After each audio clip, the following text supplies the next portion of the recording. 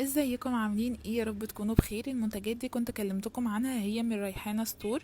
هي عبارة عن كورس لتفتيح الأماكن الحساسة. عبارة عن 3 منتجات. أول منتج فيهم هو زيت الجوري. زيت الجوري ده من الحاجات المهمة جدا لأن هو بينظف المكان بعمق جدا.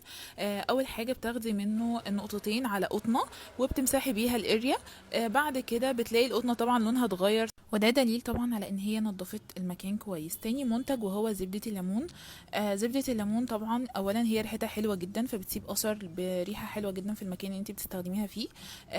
ثانيا هي بتساعد طبعا على التفتيح. بعد كده تالت منتج واهم منتج برضو هو كريم التفتيح من ريحانة ستور. كريم التفتيح ده بتستخدميه بعد ما بتستخدمي زبدة الليمون على طول، وبتسيبيه بقى وبتنامي.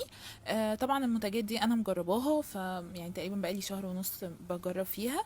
فهي هتاخد معاكي وقت لكن هيكون ليها نتيجة في النهاية حلوة جدا. هم عبارة عن 3 منتجات بس، فالموضوع سهل يعني.